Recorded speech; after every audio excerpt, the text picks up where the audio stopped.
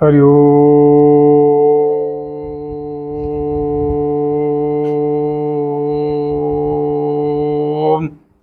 Hello everyone, myself Santosh Chaube.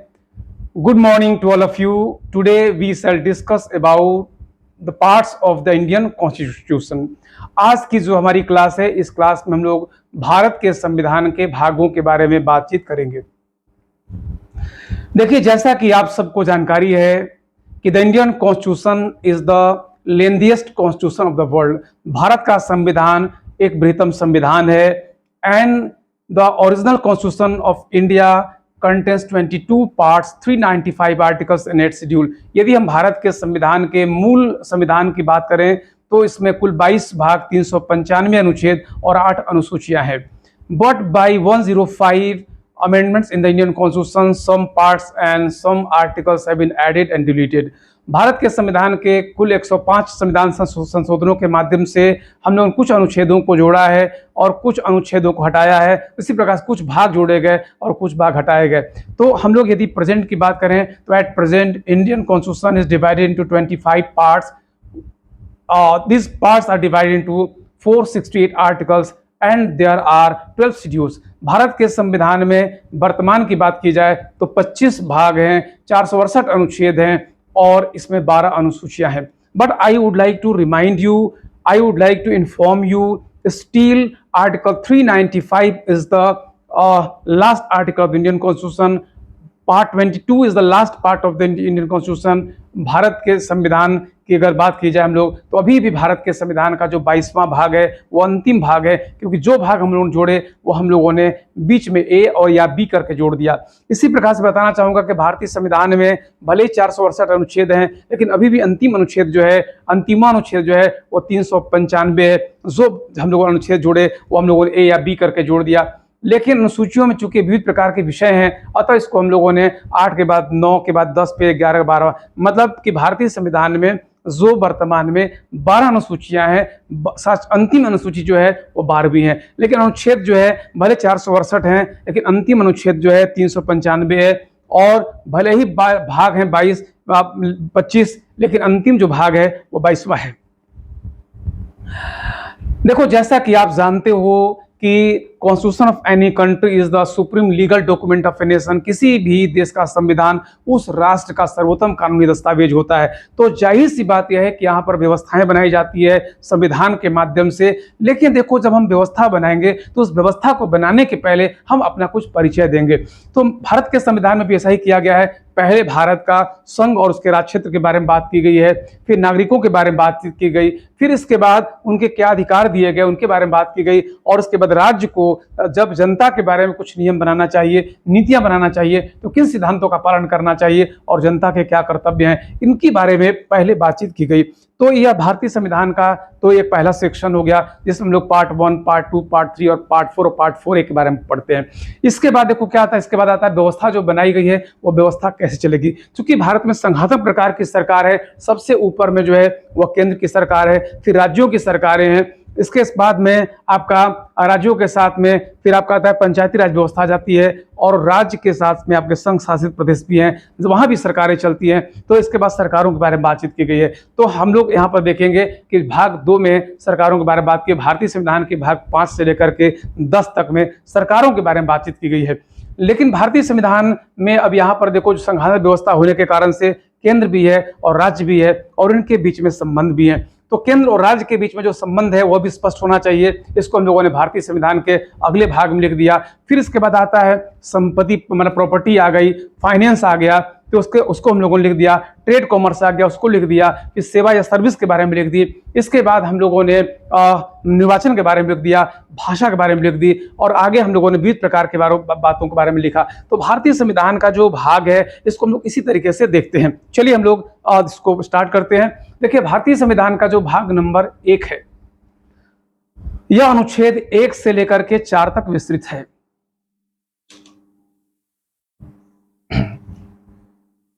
भारतीय संविधान का जो भाग 1 है, यह अनुच्छेद 1 से लेकर के 4 तक विस्तृत है. और यह जो भाग 1 में अनुच्छेद 1 से लेकर 4 तक है, इसमें हम लोग देखेंगे संघ और उसके क्षेत्र के बारे में बातचीत की गई है। अभी हम लोग इसको विस्तार से देखते हैं। जो भाग नंबर 2 है, यह अनुच्छेद 5 से लेकर के 11 तक है। इसमें सिटीजनशिप या नागरिकता के बारे में बातचीत की गई है। जो भाग नंबर 3 है, इसमें फंडामेंटल राइट्स, मूल अधिकार के बारे में बात की गई है। अनुच्छेद 12 से लेके 35 तक विस्तृत है। भाग नंबर जो 4 है, इसमें अनुच्छेद 36 से लेकर के यह 51 है। Directive principles of state policy, मतलब राज्य के नीति निर्देशक तत्व। और भाग नंबर जो 4A है, इसमें फंडामेंटल ड्यूटीज के बारे में बात की गई है, मूल कर्तव्य के बारे में बात की गई है। तो यह देखो, यह तो सेक्शन नंबर 1 हो गया और इसी सेक्शन नंबर 1 के बारे में बातचीत करेंगे हम लोग। लेकिन सबसे पहले मैं आपको इसका जो है भाग, पहले एक बार मैं आपको जो 25 भाग हैं, इन 25 भाग के क्या कंटेंट से पहले बता दूं। इसके बाद हम लोग यह सेक्शन नंबर जो 1 है, इस सेक्शन नंबर 1 पर हम लोग जो है एक एक आर्टिकल पर बातचीत करेंगे। तो देखिए, चलो हम लोग एक बार देख लेते हैं। तो भारतीय संविधान का भाग नंबर 1, अनुच्छेद 1 से लेकर 4 तक, संघ और उसके क्षेत्र। भाग नंबर 2 में आ गई नागरिकता। भाग नंबर 2 में आ गई नागरिकता, अनुच्छेद 5 से लेकर 11 तक। भाग नंबर 3 में आ गया फंडामेंटल राइट्स, मूल अधिकार, अनुच्छेद 12 से लेकर 35 तक। भाग नंबर 4 में आ गया directive principles of state policy, राज्य के नीतिगत सिद्धांत, आपका आ गया अनुच्छेद 36 से लेकर 51 तक। और भाग नंबर 4 है, जो भारत के संविधान में था नहीं, इसको हम लोगों ने बाद में जोड़ दिया। इसमें हम लोगों ने फंडामेंटल ड्यूटीज या मूल कर्तव्यों को जगह दिया हुआ है। भारतीय संविधान का जो भाग नंबर 5 है, इस भाग नंबर 5 में संघ या यूनियन, मतलब संघ की सरकार के बारे में बातचीत की गई है। यह अनुच्छेद आपके 52 से लेकर के अनुच्छेद 151 तक विस्तृत है। भारतीय संविधान का जो भाग नंबर 6 है, इसमें राज्य की सरकारों के बारे में बातचीत की गई है। यह अनुच्छेद 152 से लेकर के 237 तक विस्तृत है। और इसमें मैं बताना चाहूंगा, इसमें राज्य के बारे में बातचीत की गई है। राज्य के बारे में बातचीत की गई। राज्य का मतलब यहाँ पर यह हो गया कि आपके, जिसको हम लोग प्रदेश कहते हैं, प्रोविंसेस कहते हैं पॉलिटिकल साइंस की भाषा में। भारतीय संविधान का जो भाग नंबर 7 है, इस भाग नंबर 7 में जो था, यह ग्रुप बी वर्ग के राज्य थे, ख वर्ग के राज्य थे, वी वर्ग के राज्य थे। इसको हम लोगों ने क्या किया, इसको हम लोगों ने, इसमें अनुच्छेद 238 था, इसको हम लोगों ने डिलीट कर दिया। कब? तो 7वां संविधान संशोधन 1956 के माध्यम से इसको हम लोगों ने निश्चित कर दिया, इसको हम लोग डिलीट कर दिए हैं। भारतीय संविधान का जो भाग नंबर 8 है, इस भाग नंबर 8 में आपको यूनियन टेरिटरीज अर्थात संघ शासित प्रदेश के बारे में बात की गई है। यह अनुच्छेद 239 से लेकर के अनुच्छेद 242 तक विस्तृत है।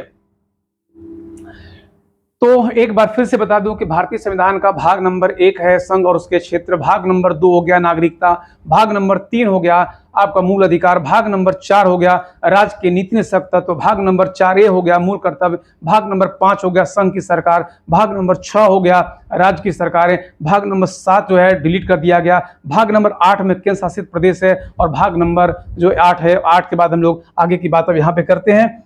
तो यहाँ पे आपका जो आगे वाला हो गया, यह हो गया भाग नंबर आपका 9। अब यहाँ पर जो भाग नंबर 9 है, यहाँ पर है आपका नगर, यह जो है पंचायत से संबंधित है। और इस पंचायत में बताना चाहूंगा कि अनुच्छेद 243 पहले था, फिर इसके बाद हम लोगों ने 243A से लेकर के इसमें 243O तक इसमें जोड़ दिया। और यह जो जोड़ा गया है, यह जोड़ा गया 73rd अमेंडमेंट ने 73वां संविधान संशोधन 1992 के द्वारा। इसके बाद भाग नंबर जो 9A है, इसको, यह भारत के संविधान, मूल संविधान में था नहीं, इसमें हम लोगों ने नगर पालिका के बारे में बात की है, म्यूनिसिपैलिटी के बारे में बात किया हुआ है, और यहाँ पे नगर पालिका के बारे में बात की गई। यह अनुच्छेद 243P से लेकर के 243 ZG तक है। इसको हम लोगों ने 74th अमेंडमेंट 74वां संविधान संशोधन 1992 के माध्यम से भारत के संविधान में जोड़ा।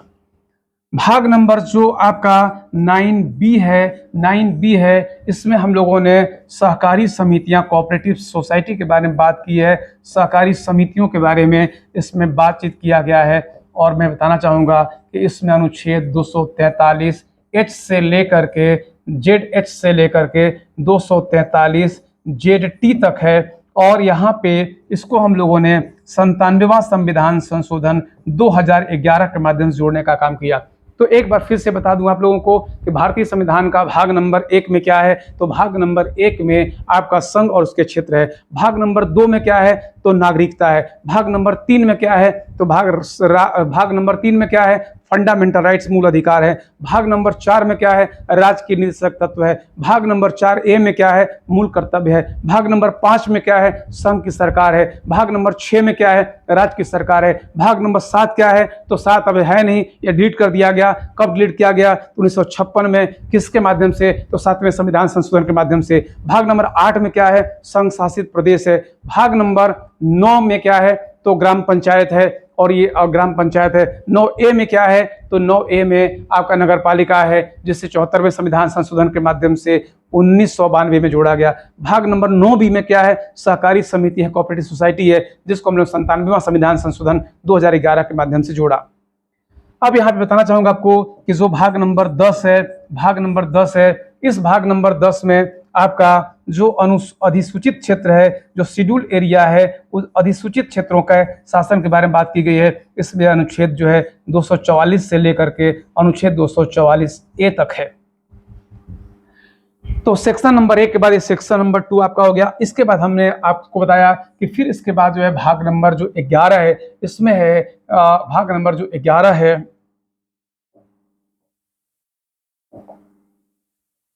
जो भाग नंबर 11 है, यह भाग नंबर 11 अनुच्छेद 245 से लेकर के अनुच्छेद 263 तक विस्तृत है। 245 से लेकर के 263 तक विस्तृत है। इसमें है केंद्र और राज्य संबंध, centre state relations.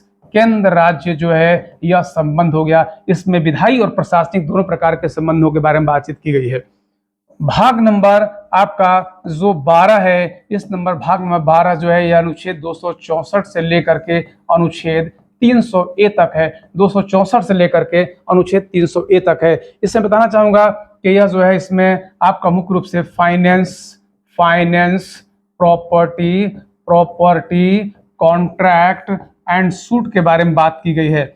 Contract and suit के बारे में बात की गई है। मतलब कि भारतीय संविधान का जो भाग नंबर 12 है, तो अनुच्छेद 264 से लेकर 300 तक है। इसमें वित्त, संपत्ति, संविदा एवं वाद के बारे में बातचीत की गई है। भारतीय संविधान का जो भाग नंबर आपका 13 है, भाग नंबर 13 है, इस भाग नंबर 13 में 13 जो है यह अनुच्छेद 301 से लेकर के अनुच्छेद 307 तक विस्तृत है। इसमें ट्रेड, कॉमर्स एंड इंटरकोर्स के बारे में बात की गई है। इसमें जो है व्यापार, वाणिज्य और समागम के बारे में बातचीत की गई है। भारतीय संविधान का जो भाग नंबर 14 है, इसमें सर्विसेज या सेवा के बारे में बात की गई है। इसमें आपको बताना चाहूंगा कि संघ लोक सेवा आयोग, राज्य लोक सेवा आयोग, इन सब के बारे में विस्तार से बातचीत है। यह अनुच्छेद 308 से लेकर अनुच्छेद 323 तक विस्तृत है। कि भारतीय संविधान का भाग नंबर 14, भारतीय संविधान का भाग नंबर 14A है, 14A है। इसमें ट्रिब्यूनल के बारे में बातचीत किया गया है। यह अनुच्छेद 323A से लेकर के 323B तक है। और बताना चाहूंगा कि यह ट्रिब्यूनल में आपको इसको जो है हम लोगों ने 42वें संविधान संशोधन के माध्यम से 1976 में भारत के संविधान में जोड़ने का काम किया। इसके बाद भारतीय संविधान का जो भाग नंबर भारतीय संविधान का जो भाग नंबर आपका 15 है, भाग नंबर 15 है, इसमें हम लोगों ने इलेक्शन या निर्वाचन के बारे में बातचीत किया हुआ है। यह अनुच्छेद 324 से लेकर के अनुच्छेद 329A तक विस्तृत है। इसके बाद भाग नंबर 16 में आपको special provisions for special classes है। Special provisions for special classes, विशेष वर्गों के लिए विशेष उपबंध है, स्पेशल क्लासेस विशेष वर्गों के लिए विशेष उपबंध है, अर्थात अनुसूचित जाति, जनजाति और जो आंग्ल भारतीय समुदाय के लोग हैं या अन्य पिछड़े वर्ग के लोग हैं, उनके लिए जो लोकसभा में, विधानसभा में स्थान सुरक्षित की गई है या उनके लिए जो आयोग की बात की गई है, इस यहाँ पर इसके बारे में बात की गई है। यह अनुच्छेद 330 से लेकर के यह अनुच्छेद 342 तक विस्तृत है। इसका भारतीय संविधान का जो भाग नंबर 17 है, इसमें इसका जो यह है ऑफिशियल लैंग्वेज, मतलब राज्य भाषा के बारे में बात की गई है, राज्य भाषा के बारे में बात की गई है। और बताना मैं चाहूंगा कि यह अनुच्छेद 343 से लेकर के अनुच्छेद 351 तक विस्तृत है। इसका भारतीय संविधान का भाग नंबर 18वां है, इसमें है इमरजेंसी प्रोविजंस, इसमें है आपातकालीन उपबंध, इमरजेंसी प्रोविजंस या इसमें है आपातकालीन उपबंध। यह अनुच्छेद 352 से लेकर के यह अनुच्छेद 360 तक विस्तृत है। इसके भारतीय संविधान का भाग नंबर आपका आ गया 19, भाग नंबर 19वां में आपका मिसलेनियस है, मिसलेनियस अर्थात प्रकीर्ण विविध प्रकार की बातें हैं। तो अनुच्छेद यह 361 से लेकर के अनुच्छेद 367 तक विस्तृत है। इसका भाग नंबर 20 है, इसमें हम लोगों ने अमेंडमेंट या संशोधन के बारे में बात कर रखा है, भारतीय संविधान के संशोधन के बारे में बात कर रखा है। यह अनुच्छेद जो है 368 है, एक सिंगल अनुच्छेद है। इसके बाद भारतीय संविधान का भाग नंबर आ गया आपका 20 के बाद आपका आता है 21, 20 के बाद आता है 21। इसमें हम लोगों ने जो बात कर रखी है वह आपका, इसमें कुछ टेम्पररी, कुछ ट्रांजिशनल, कुछ एंड स्पेशल प्रोविजन किए गए हैं, कुछ आपके अस्थायी, संकरणकालीन और विशेष उपबंध किए गए हैं। और यह अनुच्छेद की बात करेंगे तो यह अनुच्छेद जो है ये आपके अनुच्छेद 369 से लेकर के अनुच्छेद 392 तक विस्तृत है। इसके बाद भारतीय संविधान का यह भाग नंबर आ गया 22, इसमें हो गया नेम, नेम नहीं बल्कि टाइटल लिखा हुआ है, तो इसमें आपका आ गया टाइटल, कमेंसमेंट एंड रिपील, अर्थात यह हो गया इसका हो गया नाम, प्रारंभ और यह हो गया निरसन। साथ ही साथ ऑथोरिटेटिव टेक्स्ट के बारे में बात की गई है, तो यहाँ पर यह 393 से लेकर के यह 395 तक विस्तृत है। तो भारतीय संविधान जो है 25 भागों में विभाजित किया गया है। मूल जो है भाग, इसमें 22 भाग थे, इसमें हम लोगों ने कुल मिलाकर के जो 22 भाग थे, इसमें हम लोगों ने 4 भाग जोड़ा और 1 भाग निकाल दिया। जो 4 भाग जोड़ा गया वो भाग 4A है, वो भाग 9A है, 9B है और 14A है। इसमें 4 भाग जोड़े गए और जो भाग हटा दिया गया वो भाग आपका सातवां भाग नंबर 7 है। तो अब यहाँ पे मैं आपको यहाँ पर जो भाग नंबर, जो भारतीय संविधान के जो पार्ट्स या भाग हैं, इन भागों में जो अनुच्छेद या आर्टिकल्स हैं, इसके बारे में हम लोग यहाँ पे बातचीत करेंगे। तो मैं सेक्शन नंबर 1 में आपसे चलता हूँ, जिसमें हम लोग पढ़ेंगे भारतीय संविधान का अनुच्छेद नंबर 1 से लेकर के 51 तक के बारे में, और उसके बाद हम लोग अगले वीडियो में अगले अनुच्छेदों के बारे में हम लोग पढ़ेंगे। देखो यहाँ पर मैं आपको विस्तार से नहीं पढ़ा रहा हूँ, सिर्फ और सिर्फ मैं आपको अभी एक परिचय दे रहा हूँ। तो भारतीय संविधान का जो भाग नंबर 1 है, उसमें आपका क्या आता है, उसमें संघ और उसके क्षेत्र, यूनियन एंड टेरिटरी, इसमें 4 आर्टिकल हैं। तो अनुच्छेद नंबर 1 कहता है कि India that is Bharat shall be the union of state, India अर्थात भारत राज्यों का संघ होगा। अनुच्छेद नंबर 2 कहता है अगर कोई भी राज्य है उस राज्य को भारत के संघ के साथ मिलाना है तो मिलाने की शक्ति किसके पास होगी, संसद के पास होगी। यह कहता है Indian parliament shall have the power to admit any state to the union of India on the terms and condition it thinks fit, जिस शर्त निबंधन पर उचित समझे उस पर वो उसको मिला ले। अनुच्छेद नंबर 3 है, वो कह रहा है अगर भारत का कोई बड़ा राज्य है, उस राज्य को काट कर नया राज्य बनाना हो, भारत के छोटे छोटे राज्यों को मिलाकर के राज्य बनाना हो, भारत के राज्य की सीमा बदलनी हो, उसका नाम बदलना हो, तो इसका जो अधिकार है वो भारत के संसद के पास होगा। तो यहाँ पर अनुच्छेद नंबर 3 यह कह रहा है कि the Indian parliament shall have the power to create a new state by separating a territory from the state, by uniting two or more than two states, change the boundary of the state, change the name of the state. यह कहता है कि राज्यों का नाम बदलना हो, राज्यों की सीमा बदलनी हो, राज्यों को काट कर राज्य बनाना हो, राज्यों को मिला कर राज्य बनाना हो, तो यह शक्ति भारत की संसद के पास होगी। और अनुच्छेद नंबर 4 यह कह रहा है कि अगर मान लो कि अनुच्छेद नंबर 2 या 3 के माध्यम से कोई भी विधि या कानून बनाई गई, उस कानून के बनने के कारण से अगर अनुसूची 1 या 4 में कोई संशोधन करना है, तो भारतीय संविधान का अनुच्छेद 368 के माध्यम से यह भारत के संविधान में संशोधन नहीं माना जाएगा, मतलब इसको हम साधारण विधि के माध्यम से ही कर लेंगे। अब आता है भारतीय संविधान का भाग नंबर 2, जिसमें नागरिकता या सिटीजनशिप के बारे में बात की गई है। तो मैं बताना चाहूंगा कि देखो, नागरिक मतलब क्या होता है। नागरिक का मतलब यह होता है कि a person who enjoys all type of rights given by the state, राज्य के द्वारा दिए गए सभी प्रकार के अधिकारों का उपभोग करना, चाहे वह अधिकार आपके राजनीतिक हो, चाहे अधिकार आपके सांस्कृतिक हो, चाहे सामाजिक हो, चाहे आर्थिक हो, और साथ ही साथ वह कर्तव्य के रूप में राज्य के प्रति निष्ठावान होता है। तो नागरिक मतलब होता है वहां का मूल व्यक्ति एक तरीके से। तो नागरिकता के बारे में बात की गई कि जो अनुच्छेद नंबर 5 है, अनुच्छेद नंबर 5 कहता है कि जब भारत का संविधान आरंभ हुआ, तो संविधान के आरंभ होने पर जो व्यक्ति भारत का अधिवासी था, मतलब भारत में रह रहा था, आगे लंबे समय तक रहने का इरादा रख रहा था, वो भारत का नागरिक माना जाएगा, यदि उसका जन्म या उसके माता या पिता का जन्म वो भारत में हुआ हो, या वो पिछले भारत के संविधान के आरंभ होने के ठीक पिछले 5 वर्षों से ये भारत में रहता रहा हो।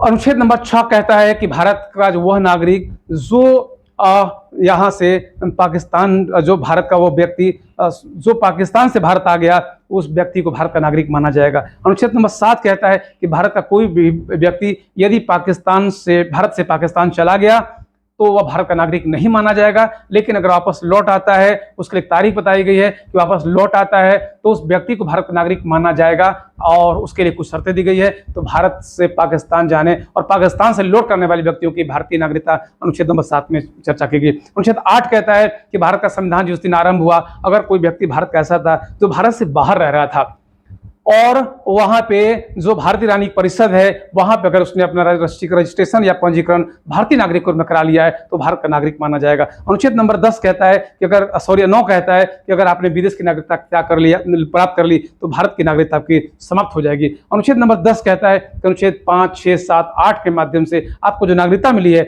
वह नागरिकता का लोप नहीं होगा, हालांकि संसद के नियम के अधीन रहते हुए वो सब होगा। अनुच्छेद नंबर 11 कहता है कि भारत की संसद के पास शक्ति होगी कि वह नागरिकता के बारे में नया कानून बना सके। और बताना चाहूंगा कि इसी कानून का आधार बना करके भारतीय नागरिकता अधिनियम 1955 संसद द्वारा बनाया गया।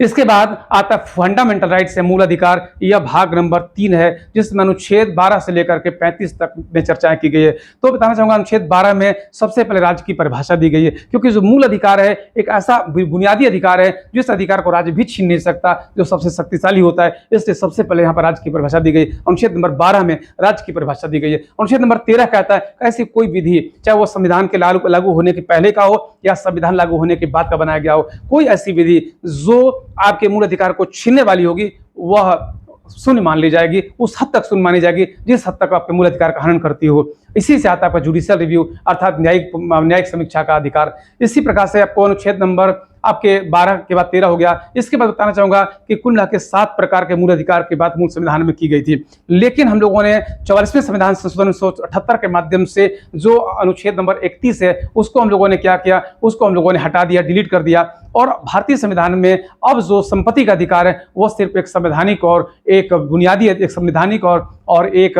आपका विधिक अधिकार है, अब वो मूल अधिकार नहीं रहा। तो भारत के संविधान में कुल मिलाकर अब 6 मूल अधिकार है, फंडामेंटल राइट्स है। पहला अधिकार राइट टू इक्वालिटी, अनुच्छेद 14 से लेकर 18 तक। थोड़ा सा बता दूं आपको, अनुच्छेद 14 जो है वह कहता है वह जो है equality before the eyes of law, विधि के समक्ष समानता की बात करता है। अनुच्छेद 15 जो है वह कहता है the state shall not discriminate between two citizens only on the basis of caste, religion, race, sex and birth। राज्य जो है केवल दो नागरिकों के बीच में जाति, धर्म, मूल वंश, लिंग, जन्म स्थान के आधार पर किसी प्रकार का कोई भेदभाव नहीं कर पाएगी। अनुच्छेद 16 कहता है कि जो राज्य है सभी को सरकारी नौकरियों की स्थिति में समान प्रकार के अवसर प्रदान करेगी। अनुच्छेद नंबर 17 जो है अनटचेबिलिटी को प्रोहिबिट करने की बात करता है। अनुच्छेद नंबर 18 कहता है कि जो राज्य है वह क्या करेगा, वह जो है वह किसी प्रकार के भी टाइटल या पदवियों का लोप आलोप कर देगा। No title shall be given to any person in India, बड़ा किसी व्यक्ति को भी कोई विशेष प्रकार की उपाधि नहीं दी जाएगी। हालांकि यहाँ पर बताना चाहूंगा शैक्षणिक और सैन्य प्रकार की उपाधियों को यहाँ पर अपवाद के रूप में रख दिया गया है। अनुच्छेद नंबर 19 से लेकर के जो 22 तक है और राइट टू लिबर्टी या स्वतंत्रता का अधिकार है। अनुच्छेद नंबर 19 में 6 प्रकार की स्वतंत्रताओं के बारे में बात की गई है। अनुच्छेद नंबर 20 राइट अगेंस्ट कन्विक्शन है, अपराध सिद्धि के विरुद्ध अधिकार है। अनुच्छेद नंबर जो 21 है वह है आपका जीवन जीने का अधिकार। अनुच्छेद नंबर 21 कहता है कि nobody can be deprived of his life and liberty except the procedure established by law, विधि के द्वारा स्थापित प्रक्रिया को छोड़कर किसी व्यक्ति को किसी अन्य तरीके से उसके जीवन या स्वतंत्रता से वंचित नहीं किया जा सकता। अनुच्छेद नंबर 22 है राइट अगेंस्ट अरेस्ट है, जिसमें दोनों प्रकार के प्रिवेंटिव अरेस्ट के साथ साथ आपका जो है प्यूनिटिव अरेस्ट, दोनों प्रकार का अरेस्ट के बारे में बात की गई है कि अगर अरेस्ट किया जाता है तो उस अरेस्ट के खिलाफ भी आपके पास अधिकार होंगे। इस अधिकारों की चर्चा अनुच्छेद 22 में की गई है। अनुच्छेद 23 और 24 जो है वो शोषण के विरुद्ध अधिकार है, और बताना चाहूंगा कि जो शोषण के विरुद्ध अधिकार है उसमें अनुच्छेद 23 कहता है कि भारत में किसी व्यक्ति से भी जो है वह नो बडी, अनुच्छेद 23 कहता है कि nobody can be engage in human traffic, बेगार एंड फोर्स्ड लेबर, भारत में किसी भी व्यक्ति से जो है वह बलात्श्रम नहीं लिया जा सकता, किसी व्यक्ति से बेगारी नहीं की जा सकती, और मानव का दुर्व्यापार जो है यहाँ पर वर्जित है। अनुच्छेद नंबर 24 कहता है कि जिस किसी व्यक्ति की भी उम्र 14 वर्ष से कम होगी वो ऐसे व्यक्तियों को खतरनाक कार्यों में नियोजित नहीं किया जा सकेगा। अनुच्छेद नंबर 25 से 28 तक जो है वो धर्म का अधिकार है। अनुच्छेद 25 कहता है कुछ शर्तों के अधीन रहते हुए भारत के सभी व्यक्तियों को अपने धर्म को मानने, उसका आचरण करने, उसके प्रचार करने का अधिकार होगा। 26 जो है धार्मिक संस्थानों को पूर्व प्रयोजनों, धार्मिक कार्यों के लिए धार्मिक संस्थाओं की स्थापना का अधिकार देता है। अनुच्छेद 27 कहता है कोई भी ऐसा कर जो राज्य के द्वारा लगाया गया हो, लेकिन अगर उसका अभिप्राय, इसका उद्देश्य जो है किसी भी धर्म का प्रवर्धन करना है तो ऐसे टैक्स को, ऐसे कर को देने के लिए किसी व्यक्ति को बाध्य नहीं किया जाएगा। और अनुच्छेद 28 कहता है ऐसा कोई भी शैक्षणिक संस्था है जो राज्य की द्वारा पूर्णतः पोषित है, ऐसे शैक्षणिक संस्थानों में किसी व्यक्ति को धर्म की शिक्षा जो है नहीं दी जाएगी। इसी प्रकार से अनुच्छेद 29 और 30 जो है वो शिक्षा और संस्कृति का अधिकार है। अनुच्छेद 29 कह रहा है कि भारत किसी भाग में रहने वाला व्यक्ति जिसकी जो है पृथक भाषा और पृथक लिपि हो, ऐसे व्यक्तियों को अपनी भाषा, लिपि और अपनी संस्कृति को बनाए रखने का अधिकार होगा। अनुच्छेद नंबर जो 30 है वो कह रहा है कि भारत में जो कोई भी भाषा धर्म के आधार पर अल्पसंख्यक है, ऐसे लोगों को अपने धार्मिक संस्थानों को ऐसे लोगों को अपने शैक्षणिक संस्थानों की स्थापना और उसके प्रबंधन का अधिकार होगा। अनुच्छेद नंबर जो आपका जो 30 के बाद जो है अनुच्छेद नंबर 31 में संपत्ति का अधिकार है। हालांकि उसके बाद में हम लोगों ने संपत्ति का अधिकार को डायल्यूट करने के लिए अनुच्छेद 31A, 31B और 31C किया। 31A में जो है ये बातें की गई है कि स्वराज जो है भले चाहे कुछ भी लिखा हुआ हो, लेकिन सही किसी भी चीज़ को मैनेज करने के लिए या लोक कल्याण कार्यों के लिए संपत्ति को, व्यक्तियों की संपत्ति को जो है वो ले सकती है। अनुच्छेद 31B कह रहा है कि अगर कोई भी विषय ऐसा है जिसको हम लोगों ने भारतीय संविधान का 9वीं अनुसूची में डाल दिया, उसको 9वीं सूची में डालने के साथ ही वह भारत के न्यायपालिका अधिकार क्षेत्र से बाहर हो जाएगा। और 31C कहता है कि भले ही अनुच्छेद 19 या 14 का उल्लंघन हो रहा हो, लेकिन अगर वह मामला है राज्य के नीति सिद्धांतों को लागू करने का, तो भले मूल अधिकार के खिलाफ है, वो वहां पर सुन नहीं माना जाएगा। अनुच्छेद 32 जो है वह संवैधानिक उपचारों का अधिकार देता है। वह कहता है कि अगर किसी व्यक्ति के मूल अधिकार का हनन होता है तो व्यक्ति विशेष प्रक्रिया के माध्यम से सर्वोच्च न्यायालय जा सकता है। अनुच्छेद जो है 33 कहता है कि संसद को अधिकार होगा कि वह वैसे व्यक्तियों जो राज्य की सुरक्षा में लगे हुए हैं, वह कानून व्यवस्था को बनाए रखने के लिए जिम्मेवार लोग हैं, वो भारत में संचार के लिए जिम्मेवार लोग हैं, वो भारत में सूचना के लिए जिम्मेवार लोग हैं, ऐसे लोगों के मूल अधिकारों की कटौती जो है संसद द्वारा बनाए गए कानून के माध्यम से किया जा सकता है। अनुच्छेद 34 कहता है कि अगर भारत में जो है सेना का कानून लागू हो तो ऐसे मूल अधिकार में कटौती की जा सकती है। अनुच्छेद 35 कह रहा है कि 16(3) जो है 32(3) और आपका इसी प्रकार से जो 33 और 34 है, इसके बारे में विधि जो है सिर्फ संसद बनाएगी, राज्य की विधानमंडलों का ऐसा कानून बनाने का अधिकार नहीं होगा। इसके बाद भारतीय संविधान का जो भाग 4 है यह राज्य के नीतिशक तत्व या directive principles of state policy से संबंधित है। और ये जो भाग 4 है, इस भाग 4 में बताना चाहूंगा, सबसे पहले जो है मैं बताना चाहूंगा कि देखो इसमें राज्य को अपनी नीतियों को बनाने के समय किन किन सिद्धांतों का पालन करना चाहिए, इसके बारे में बात की गई है। तो अनुच्छेद 36 में सबसे पहले यहाँ दी गई है राज्य की परिभाषा, और राज्य की परिभाषा वही है जो अनुच्छेद 12 में है। अनुच्छेद 12 में राज्य की जो परिभाषा है वही परिभाषा 36 में भी है। और बताना चाहूँगा इसमें कहा गया है कि स्टेट का मतलब क्या हो गया, तो स्टेट का मतलब हो गया यहाँ पर भारत की संसद, केंद्र की सरकार, राज्य की सरकारें, राज्य की विधानमंडल, इसी प्रकार स्थानीय निकाय और उनके अधीन काम करने वाले अन्य प्रकार के प्राधिकारी। यह अब राज्य की परिभाषा अनुच्छेद 12 में दी गई है और इसी को कहा गया है कि अनुच्छेद 36 में राज्य की परिभाषा वही होगी जो अनुच्छेद 12 में है। अनुच्छेद 37 में कहा गया कि जो आपके directive principles of state policy है, राज्य के नीति सिद्धांत है, वह शासन चलाने मूलभूत जरूर हैं, लेकिन इसे किसी भी न्यायालय में प्रवर्तित या इन्फोर्स नहीं किया जा सकेगा। अनुच्छेद 38 में लोक कल्याण को अभिवृद्धि करने की बात की गई है और कहा गया कि राज्य को यह प्रयास करना चाहिए कि जो आय की असमानता है उसको दूर करने का प्रयास करें, न सिर्फ व्यक्तियों में के बीच में बल्कि विविध क्षेत्र में रहने वाले व्यक्तियों के बीच में भी। इसी प्रकार से अनुच्छेद 39 में जो है 6 प्रकार के डायरेक्टिव या के सिद्धांतों के बारे में बात की गई, जिसमें कहा गया है कि राज्य का यह कर्तव्य होगा कि राज्य प्रयास करेगा कि वह स्त्री और पुरुष सबके लिए आपके जीविकोपार्जन के साधन उपलब्ध कराए, जो राज्य के भौतिक संसाधन है उसका वितरण जो है न्यायपूर्ण तरीके से करे। इसी प्रकार समान काम के लिए समान वेतन की व्यवस्था की जाए। इसी प्रकार से कहा गया है कि जो श्रमिक हैं उन श्रमिकों के जो है हितों की वृद्धि के राज्य प्रयास करे। जो बच्चे हैं बच्चों को सुकुमार अवस्था में जो उनको सुकुमार अवस्था है तो उनके सुकुमार अवस्था का कोई भी व्यक्ति उसका दुरुपयोग न कर पाए, इसके लिए राज्य को प्रयास करना चाहिए। अनुच्छेद 39 जो है 39 के बाद 39A जो है हम लोगों ने 42वें संविधान संशोधन के माध्यम से जोड़ दिया था, जिसमें फ्री लीगल एड अर्थात ऐसे लोग जो गरीब हैं, ऐसे गरीब लोगों को न्याय से वंचित न होना पड़े, इसलिए उनको राज्य जो है मुफ्त विधि सहायता के लिए प्रयास करे, इसके लिए बात की गई है। अनुच्छेद 40 जो है उसे पंचायती राज के संगठन के बारे में बात की गई है। अनुच्छेद जो 41 है उसमें कहा कि राज्य प्रयास करेगा कि ऐसे लोग जो बीमार हैं, बेरोजगार हैं, जो बूढ़े लोग हैं, ऐसे लोगों को राज्य जो है सामाजिक सहायता प्रदान करे। अनुच्छेद 42 में मातृत्व सहायता की बात की गई है। अनुच्छेद 43 में जीविकोपार्जन निर्वाहक मजदूरी के बारे में बात की गई है। अनुच्छेद जो 43 से है वह कहता है कि जो कोई भी राज्य प्रयास करेगा कि वह श्रमिकों की भागीदारी को मैनेजमेंट या प्रबंधन सुनिश्चित करे। 43B में सहकारी समितियों के स्थापना और उसके लोकतांत्रिक तरीके से परिचालन के लिए राज्य को प्रयास करने के लिए कहा गया है। मैं बताना चाहूंगा 43B जो है यह 97वां संविधान संशोधन 2011 के माध्यम से जोड़ा गया था। अनुच्छेद 44 में एक समान नागरिक संहिता के बारे में बात की गई है। अनुच्छेद 45 में जो है यह कहा गया है कि 6 वर्ष से कम उम्र के जो बच्चे होंगे राज्य उनके लिए शिक्षा की व्यवस्था करेगी। मैं बताना चाहूंगा कि जो भारत का संविधान है तो भारत के संविधान में मूल संविधान में अनुच्छेद 45 में लिखा हुआ था कि राज्य 6 वर्ष से 14 वर्ष के बच्चों के लिए मुफ्त और अनिवार्य शिक्षा के लिए